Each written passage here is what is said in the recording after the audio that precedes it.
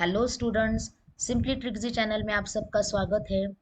Interview questions इन computer science series में आप सबका स्वागत है और आज हम देखने वाले हैं top 25 easy interview questions in C programming. तो सी प्रोग्रामिंग पे अगर कोई इंटरव्यू आपका बेसिस है तो उसमें इजी क्वेश्चंस भी हो सकते हैं, मॉडरेट क्वेश्चंस भी हो सकते हैं और हार्ड क्वेश्चंस भी हो सकते हैं। तो सबसे पहले हम देखते हैं कि टॉप 25 उसमें से कुछ सिलेक्टेड क्वेश्चंस जो इजी हुए, जो इंटरव्यू में पूछे जा सकते हैं। So let's start with the video now. तो सबसे पहला क्वेश्चन होगा आपका, व्हाट इज सी प्रोग्रामिंग। तो सी प्रोग्रामिंग एक प्रोग्रामिंग लैंग्वेज है जो कि हाई लेवल है। Then C programming is a high level language, programming language use for developing software applications. तो जेनरिक पर्पस लैंग्वेज भी है, बीटवाइज ऑपरेटर भी लैंग्वेज है, लो लेवल लैंग्वेज भी बोल सकते हैं because it has the capability. So actually ये कंप्लीटली हाई लेवल नहीं है, middle level language है। So we can also say that it is a middle level language, low bit level language.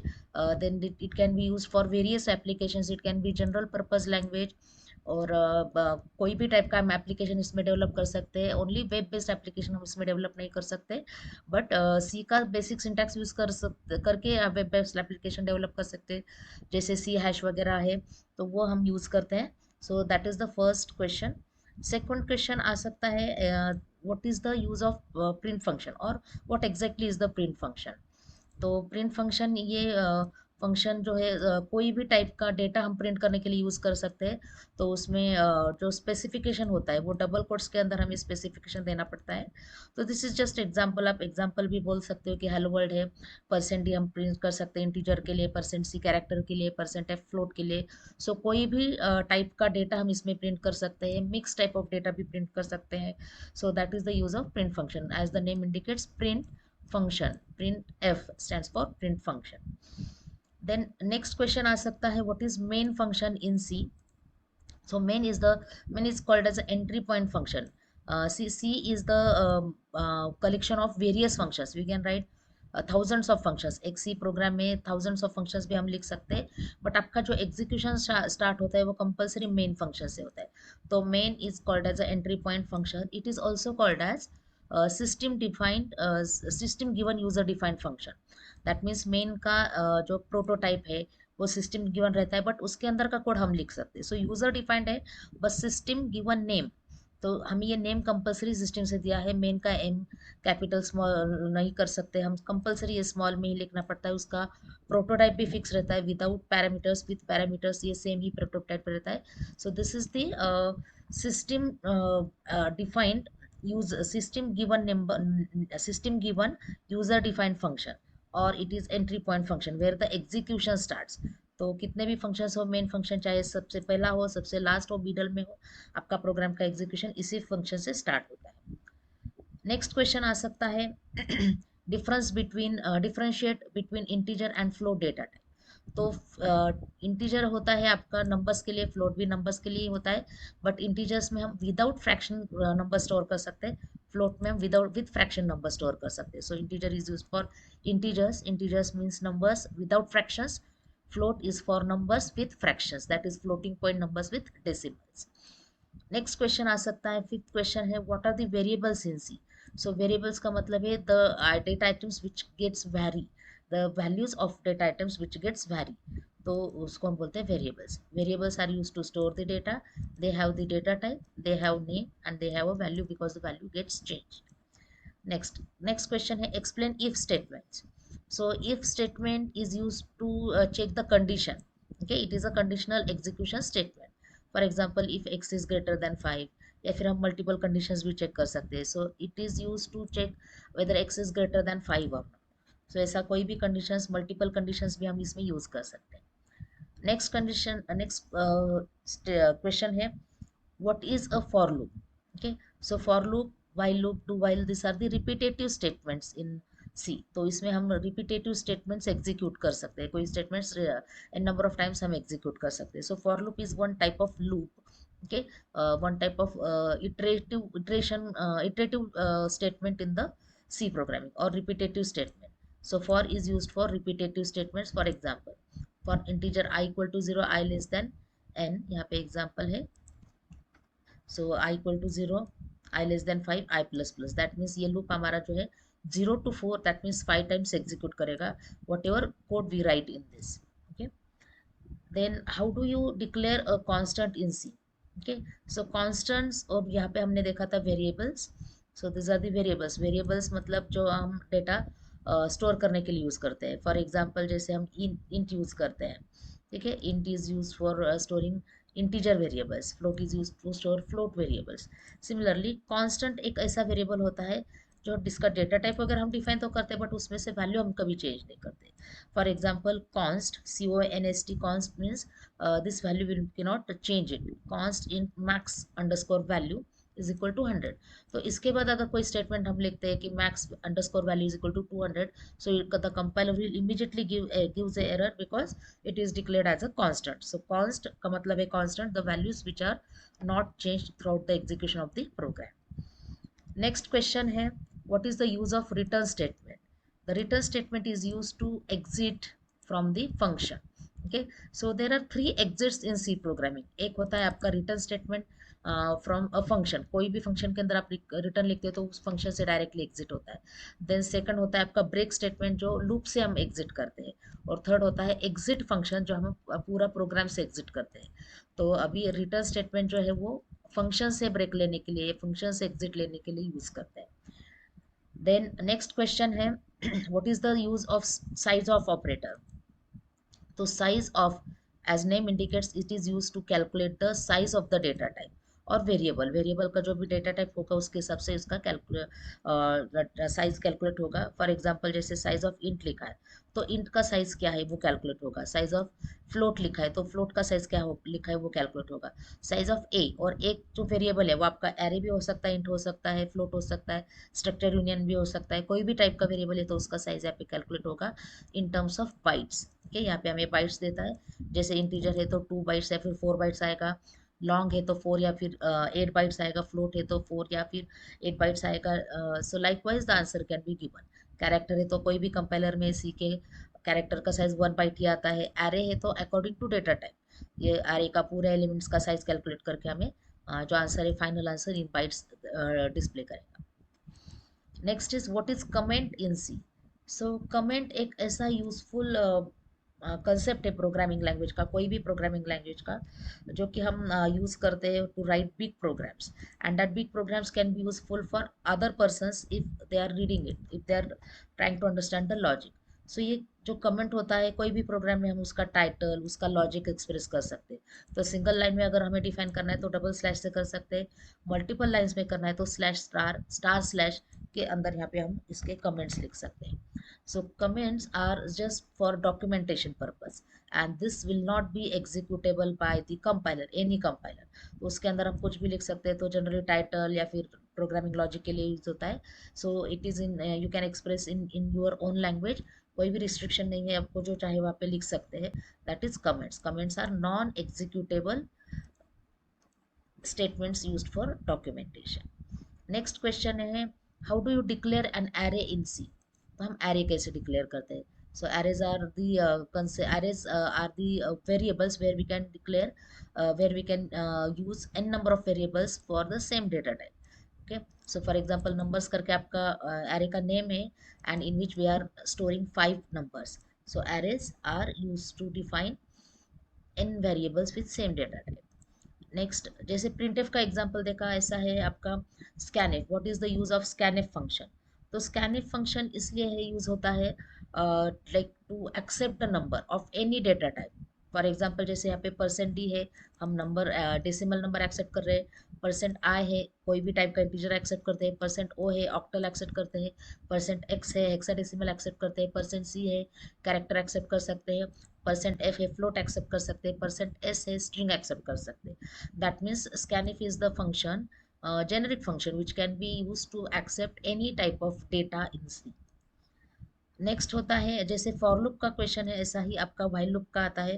While loop is also the repetitive execution statement या फिर iterative statement, जिसमें हम कोई statements n number of times execute कर सकते हैं depending on the condition. For example अगर मैंने लिखा है व्हाइल आई लेस देन 10 और यहाँ के करली ब्रैकेट्स के अंदर हमने कुछ कोड लिखा है, so this code will be executed until I less than 10. So 0 से अगर स्टार्ट करते तो 10 टाइम्स ये लाइंस एग्जीक्यूट होगा.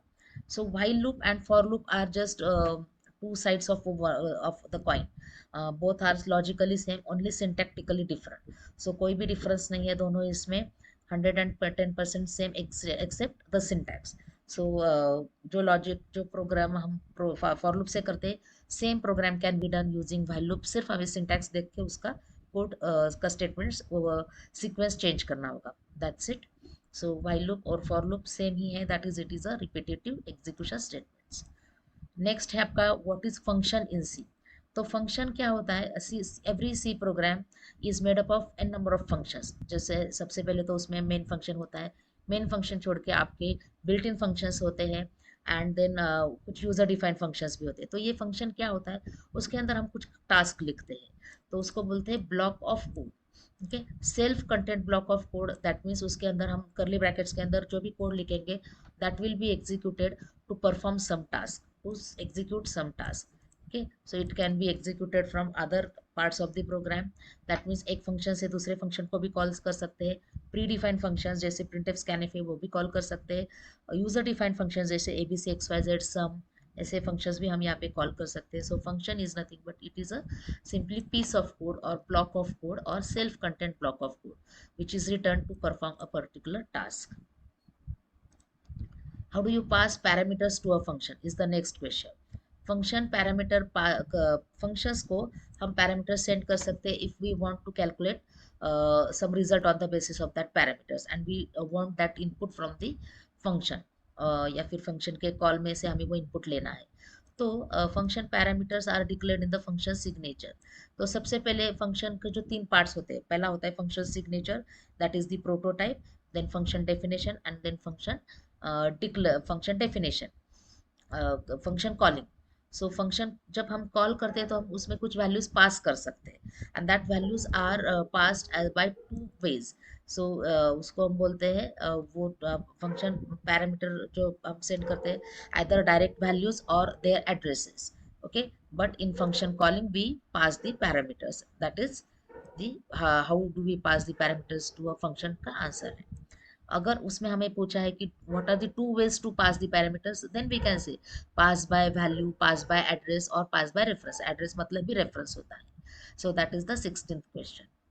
नेक्स्ट क्वेश्चन है what is the use of break statement.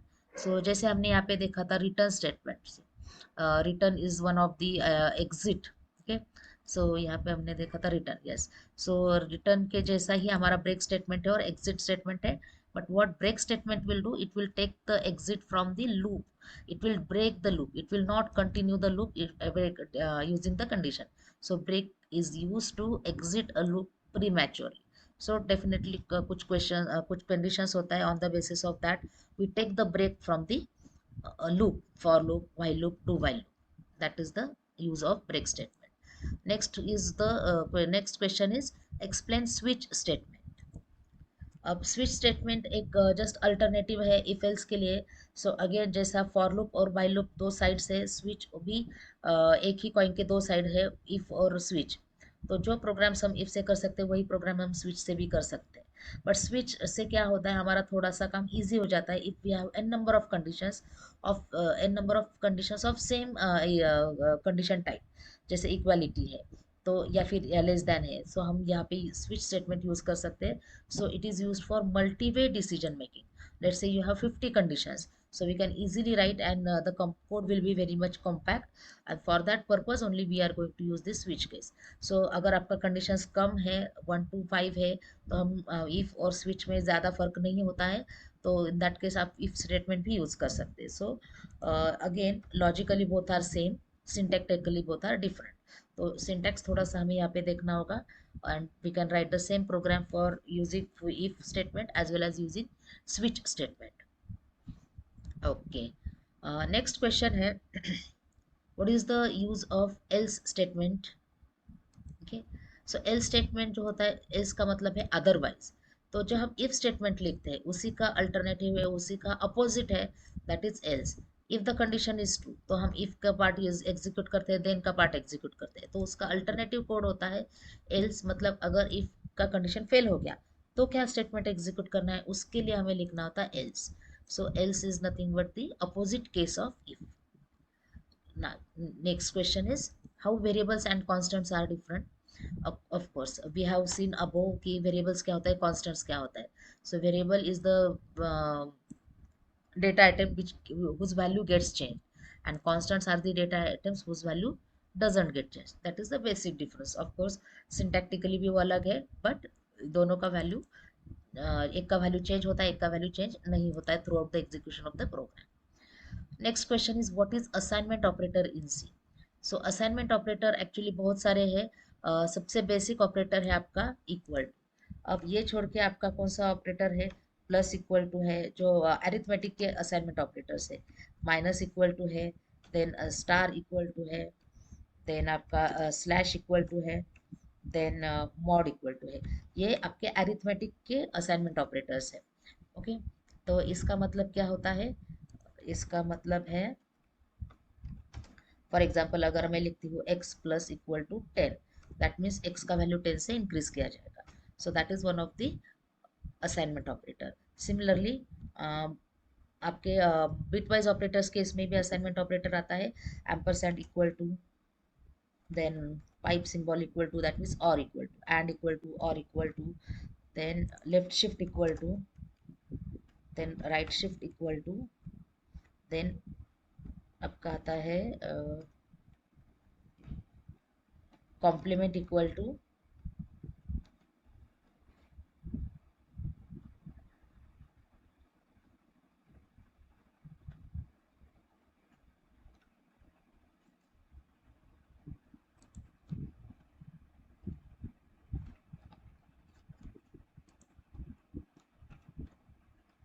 complement equal to. Okay, so these are the 5 operators for bitwise assignment operators. तो इसका भी मतलब ये है कि हमें उसका एंड ऑपरेशन करके उसी वेरिएबल में स्टोर करना है. फॉर एग्जांपल अगर हम यहाँ पे लिखते हैं x ampersand equal to 2, that means यहाँ पे मुझे सेकंड बिट चेक करना है ऑन है कि नहीं, तो उसका वैल्यू रिजल्ट जो है हमें वापस x में ही स्टोर करना है. That is the thing. Okay, so that is, these are the assignment operators in C. Okay, and of course equal to is the basic assignment operator. These are, we can say, extended assignment operators. Next is explain do while loop. Yes, now do while loop is exactly same like for and while loop except one difference. तो इसका जो नाम है do while है, that means पहले execute करो and then condition check करो. तो इसको हम बोलते हैं post condition execution loop. So post condition भी बोलते हैं, और फॉर और वाइल में हम सबसे पहले कंडीशन चेक करते हैं. कंडीशन अगर ट्रू है तो ही लूप के अंदर जाता है. सो उसको प्री कंडीशन लूप भी बोलते हैं, और यहाँ पे पोस्ट कंडीशन लूप बोलते हैं. So do while loop is the post condition loop. Do while is also repetitive execution. All the points are same like for and while. Only one difference, that is it is a post condition. That means पहले execute करता है फिर condition check करता है. And using that what happens, like at least एक बार तो भी आपका loop execute होता है though the condition is false. That is the main difference between do while loop. So it guarantees that you can execute it at least one time. Okay, next question is what is the purpose of double ampersand, okay, and double or. अब ये ampersand का बहुत सारा use है सी programming में. एक होता है आपका नॉर्मल से कैनफ में हम एज एड्रेस यूज करते हैं. देन सेकंड होता है लॉजिकल एंड थर्ड होता है बिटवाइज एंड. तो अब फिलहाल हम यहाँ पे यूज कर रहे हैं लॉजिकल एंड. डबल एम्परसैंड का मतलब है लॉजिकल एंड. डबल और का साइन है, डबल पाइप का साइन वाले मतलब लॉजिकल और. सो ये होता है सिंगल है मतलब it is bitwise and bitwise और. तो अभी फिलहाल हमें ये लॉजिकल एंड ऑपरेटर है और लॉजिकल और ऑपरेटर है which is use to check two conditions. Double ampersand में होता है टू कंडीशंस कंपलसरी ट्रू होना चाहिए, और में एक तो भी कंडीशन ट्रू होना चाहिए. For that purpose we use it. So it is use to check two conditions. Okay, multiple conditions are true or not. Then how do you include a header file in C? Yes, that's very simple answer. Hash include, ये आपका pre processor हम use करते हैं. Hash include syntax होता है hash include less than greater then. अब यहाँ पे प्री डिफाइंड अगर हेडर फाइल है तो हम यूज करते हैं लेस देन ग्रेटर देन के बीच में stdio.h. बट अगर आपका खुद का हेडर फाइल है जो आपके लिए करंट डायरेक्टरी में है तो हम यहाँ पे डबल कोट्स भी यूज कर सकते हैं. अगर आपने सिस्टम डिफाइंड फोल्डर में उसको इंक्लूड किया है तो ही हम उसको less than greater than use कर सकते हैं, otherwise we can use double quotes to include the header file. Okay, now the last question is what is a pointer. Is this is very important question, and yes, it is easy also. So a pointer क्या होता है? Pointer एक variable होता है जो point करता है, as the name indicates which points means which simply which doesn't store any value, but it points to another variable. That means it stores the memory address of another variable. So pointer is a variable like data variable. Pointer is also a variable which contains something, and that something is nothing but memory address of another variable. तो दूसरा value नहीं रहता है उसमें, उसमें address रहता है, और वो एड्रेस पे जाके हम दूसरा वैल्यू प्रिंट कर सकते हैं, फिर उसको एक्सेस कर सकते हैं. So it is often used for dynamic memory allocation and manipulation. तो ऐसा क्यों करना है? क्योंकि हमें सबसे पहले तो मेमोरी एलोकेट नहीं करना है प्री डिफाइंड, जैसा चाहिए मेमोरी एलोकेट करना है. डेटा जो मेमोरी रिक्वायरमेंट है वो कम्पैक्ट हो जाता है. जितना कम मेमोरी हमें लगता है उतना कम, जितना लगता है उतना ही हम मेमोरी यूज कर सकते हैं using pointer variables. So these are the first 25 questions which are very easy. Okay, so ये easy questions है. नेक्स्ट वीडियो में हम देखेंगे top 25 moderate questions in C programming. So stay tuned for the next videos, and thank you for watching the video and have a nice day ahead.